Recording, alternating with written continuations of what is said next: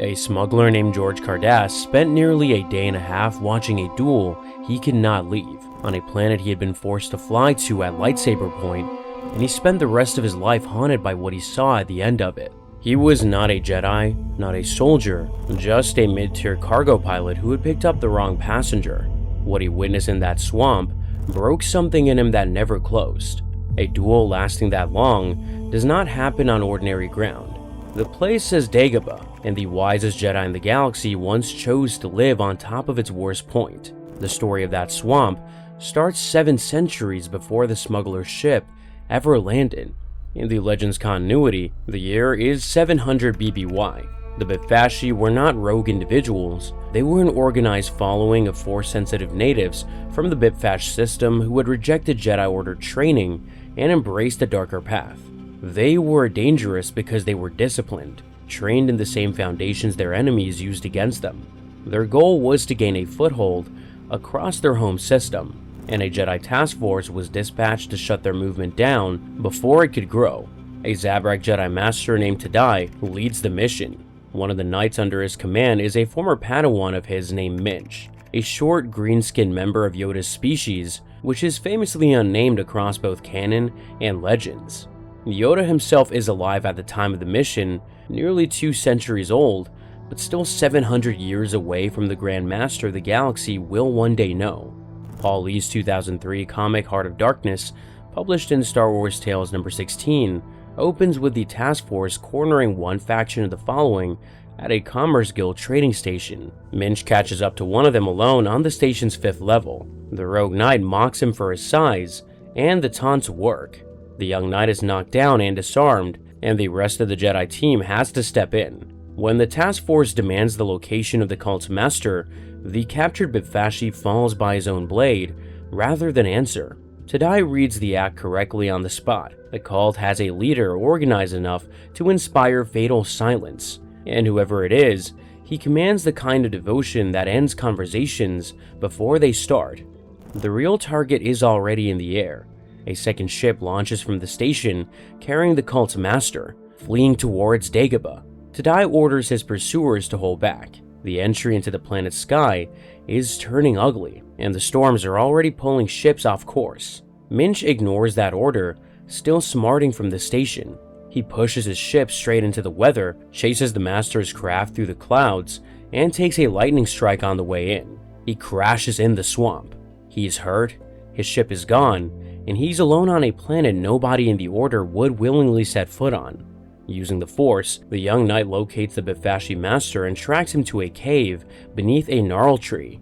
Inside that cave, the master tries the same tactic his apprentice had used on the station, telling Minch he's small, weak, full of fear and anger. Minch's reply about size not mattering is the line Yoda will speak to Luke Skywalker centuries later, on this same planet, in this same cave. That repetition reads at first like a writer's wink. The harder reading is that the line was a lesson Minch learned in this exact spot, against the same kind of opponent, and that the lesson stayed in the bloodline. 700 years later, another member of that same species ends up living next to the cave where the lesson was first spoken, teaching it to a human apprentice in almost the same words. Whether Yoda knew about Minch by name is not in the sources. What the sources do show is that every recorded confrontation with this cave across 7 centuries has been carried out by a member of Yoda's species. The duel that follows is short and final. Minch leaps at the master with the declaration, but the cult leader blocks him without effort and answers that size does, in fact, matter. The master then uses Force illusions to bend what Minch sees, appearing to grow to an enormous size. When the young knight strikes at the giant, the form collapses into hundreds of smaller copies of the Bpfashi, and they swarm him all at once. Minch blacks out, swinging blindly with his lightsaber.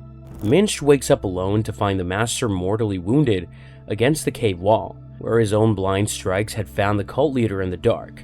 With his last breath, the Bpfashi tells Minch he will make a great addition to the Dark Jedi one day. The line reads less like prophecy and more like recruitment.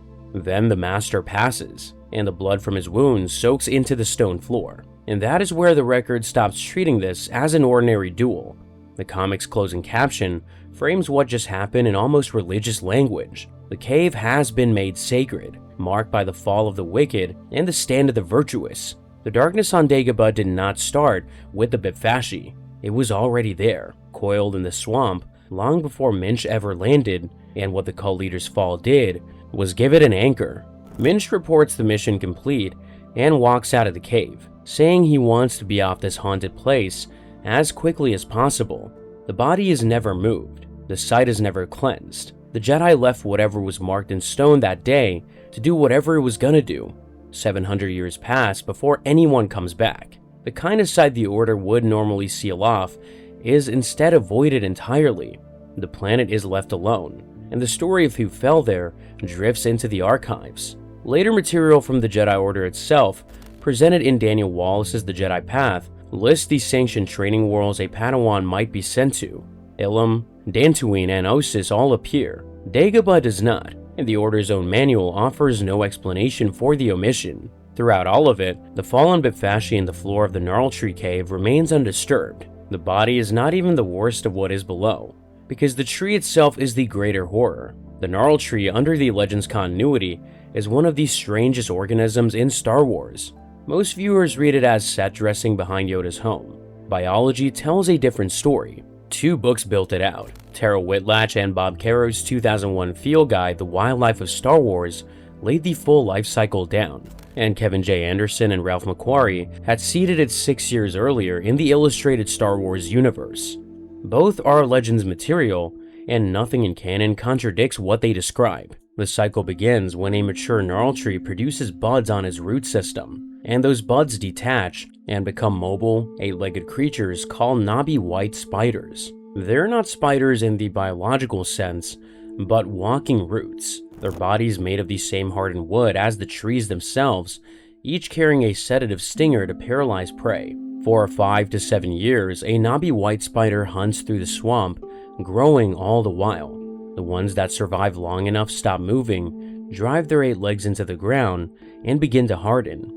Within 3 months, the legs become a root system, the body hardens into the base of a trunk, and what was a predator becomes a tree rooted in place. Every gnarltree on the planet used to be a hunter. The forest that surrounds Yoda's hut is not a forest in the ordinary sense. It is a landscape of retired killers, each one a former predator that has simply gone still. Somewhere in the underbush, a new generation of knobby white spiders is still moving through the mud. Once that reading takes hold, the visuals on screen start to make more sense. Those twisted limb-like roots around Yoda's hut are the legs of the creature that became the tree, frozen where the animal stopped moving. That bulge at the base of the trunk is what is left of the body, and that haunted look of the forest is not the lighting, it is anatomically accurate. The cycle leaves one thread the sources will not settle. If the Bpfasshi fell in 700 BBY, and the same tree is still standing in 3 ABY, it has been in that exact spot for 700 years. A spider's active phase lasts only 5 to 7 years, but the tree's resting phase is never bound in the source material. The honest reading is that gnarltrees are effectively permanent once they root, and the tree Yoda built his hut against is almost certainly the same hardened predator that contained the cave in 700 BBY, with the Bpfasshi master's remains still in its roots, and that returns attention to the hut itself. The Jedi Master did not park his house under a nice tree, he parked it under one specific former hunter, with a gnarled trunk that twists into a root system big enough to contain a cave. And that cave is not empty. A fallen Bpfasshi has rested there for 7 centuries. One of the most recognizable homes in Star Wars is a small stone hut sitting on top of a hardened predator with a dark side practitioner's remains sealed inside its roots. Whatever Yoda was doing on Dagobah, he chose to do it directly above the worst spot on the planet, not at a quiet remove from it. That choice is the first piece of evidence that something more deliberate than hiding was going on. Luke Skywalker walks into that cave and sees almost none of what is in it. The apprentice lights his lightsaber, a figure in black armor steps towards him, and Luke strikes. The helmet falls open at his feet, and his own face is inside it, eyes closed, lifeless. That is what Luke takes out of the cave, and nothing else. Nothing remains on the floor. Nothing of the predator the tree used to be, nothing of the 7 centuries of accumulation in the stone. His teacher told him at the entrance that only what he brings in with him will be in the room, and the vision matches that promise in a technical sense. It is also proof the old master was concealing almost everything else. The most famous moment in the apprentice's training is a scene staged by something in the cave, using material pulled from Luke's own head. The figure Luke strikes down is the largest shape his figure can take, dressed in the armor of the man the audience will not know is his father for another hour of runtime. The face inside the helmet is Luke's own, because the cave had no other face in the room to use. What Luke walks out with is his own reflection, shaped by something 700 years older than him, and whatever shape that vision was drawing on a well much bigger than a single cave. The cave was never the real problem, the planet was. Dagobah is classified as a dark side nexus in the Legends continuity as a Virgins in current canon. Different terms, same force. The swamp does not let the force pass through. It coils the force in on itself like a whirlpool in a flowing river, pulling everything near it into the same slow rotation. The 2001 Dark Side Sourcebook and the 2016 Nexus of Power both put Dagobah near the top of the list. The cave Minch fought in was only the most concentrated point on a much larger wound, and the planet was already pulling at the force long before any Jedi landed. The Order was not the only group that knew. Daniel Wallace's Book of Sith contains an annotation from the ancient Dark Lords about Dagobah. The annotation does not name a date, a figure, or a result, but it establishes that the Sith had noticed the wrongness on that planet long before the Bpfasshi incident, possibly millennia before. The Jedi stayed away. The Sith kept notes. The Bpfasshi were not the first dark side figures drawn to Dagobah, just the first to fall there in a way that the record preserved. Yoda had been inside that cave before his exile, and canon confirms it. The 11th episode of the Clone Wars Season 6, titled Voices, shows the visit on screen.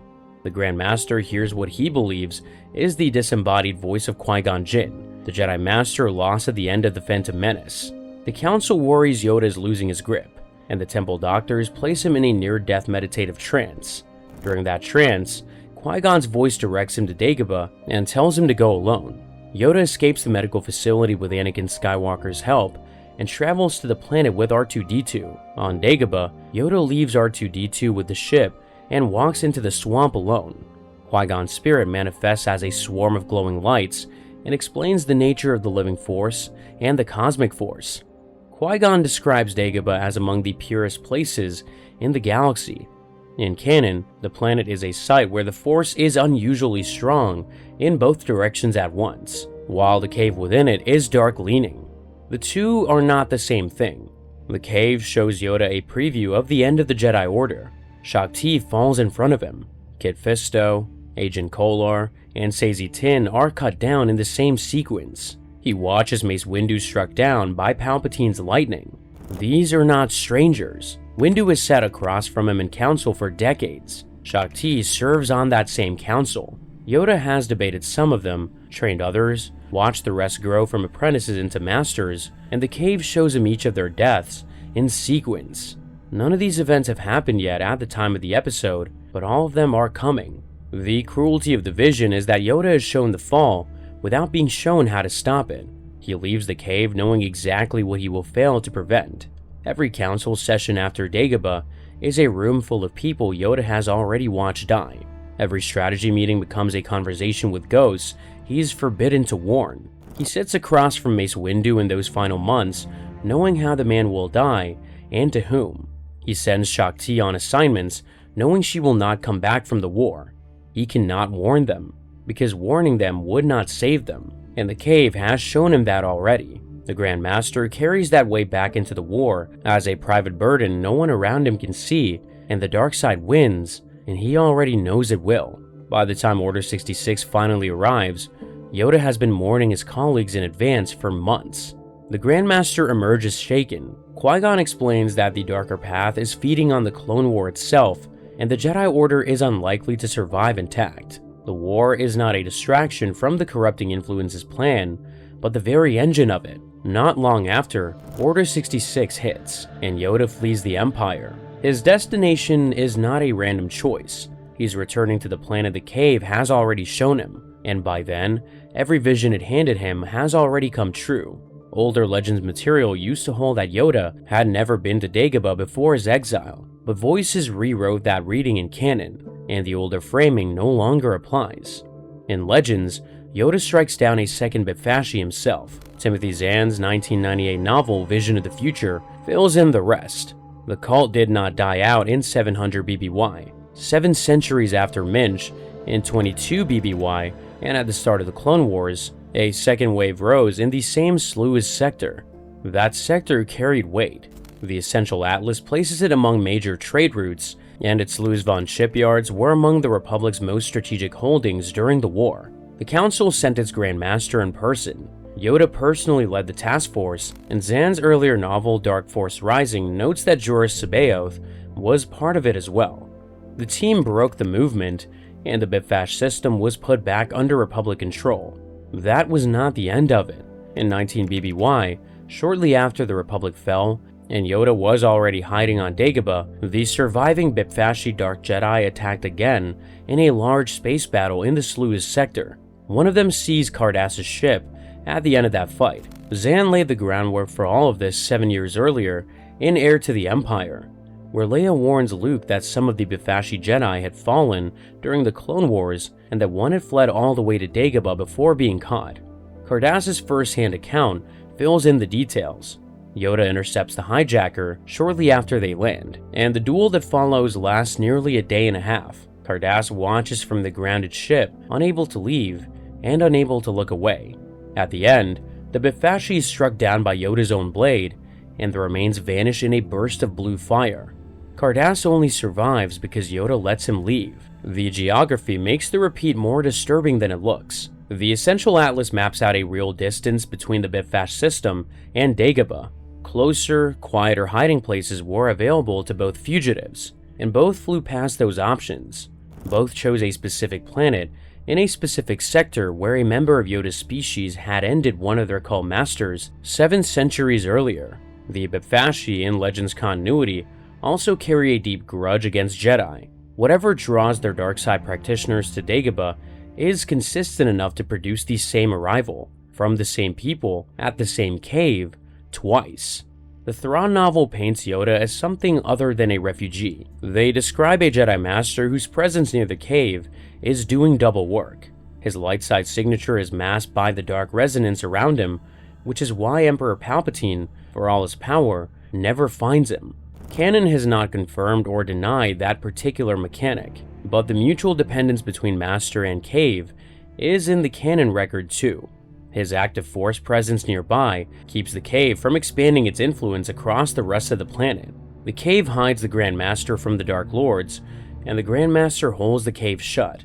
Each is what keeps the other in place, and only one has chosen the arrangement. Canon has now confirmed the mutual part directly. Tracy Deonn's short story Vergence from the 2020 From a Certain Point of View anthology is told from the perspective of the cave itself, more precisely, from the perspective of what Canon calls the Vergence, the pool of gathered force energy that lives there. That Vergence has been conscious for roughly a millennium, which lines up neatly with the 700 BBY Minch duel. In its own voice, it remembers Yoda returning again and again to test himself against it, and it acknowledges that the Grand Master relied on its darkness for his own strength throughout his years on the planet. That makes sense of what Yoda told Luke at the entrance. On Luke's first approach in The Empire Strikes Back, the Old Master tells him the cave will only show him what he brings in with him, and nothing else. It is technically true about what Luke will see, the Vader vision and the severed helmet and his own face, and a lie about what is actually in the room. A dark side practitioner's remains have rested in that cave for 7 centuries, and Legends names the entity born from those remains a dark spirit, the thing that shapes the Vader vision from the material Luke carries in with him. For more than a decade now, a Vergence of gathered shadow has been pulling on the Grand Master's own life force. And in the same swamp, a second Bpfasshi has already been struck down by Yoda's own blade. The wisest Jedi in the galaxy looks a 22-year-old farm kid in the eye and tells him the cave is empty of anything but his own fear. The charitable reading is that a Jedi Master does not tell an apprentice every true thing the apprentice is not yet ready to hear, and that is how Jedi instruction works. The charitable reading does not hold. Luke returns to Dagobah as a fully trained Jedi Knight, his training complete, and Bespin behind him. He's not the raw apprentice anymore, and every reason Yoda might have had for holding back is gone. And Yoda still says nothing. Nothing about the Bpfashi remains on the floor, nothing about the virgins pulling out the swamp, nothing about the 23-year post the old master has been holding on a planet the Order once avoided as a matter of policy. Whatever Yoda knew about what was really under that hut, he took with him when he passed into the Force. Every source that has looked closely at the cave ends up in the same place. The Virgin's short story treats it as a conscious entity, aware for roughly 1,000 years. The Clone Wars episode treats it as a site powerful enough to show the oldest living Jedi Master his own comrades' deaths in advance. The Legends sourcebooks treat it as a naturally occurring concentration of dark side energy that existed before any organized witness could describe it. That consensus carries weight. The Grand Master is 900 years old by Return of the Jedi, older than most recorded events his own characters ever referred to. The darkness on Dagobah predates the Clone Wars, predates the fall of the Old Republic, and in the source's framing, predates the Bpfashi, the Jedi's first footfall on the planet, and possibly even the moment Yoda's own species first touched the Force. What makes the Book of the Sith annotation more unsettling is what is not there. The ancient Dark Lords noticed Dagobah and did not claim it. They cataloged the planet and walked away. Whatever they found there was something even the Sith were willing to leave alone. That is the kind of place Yoda chose to live on top of. Return of the Jedi plays differently once the seal is named.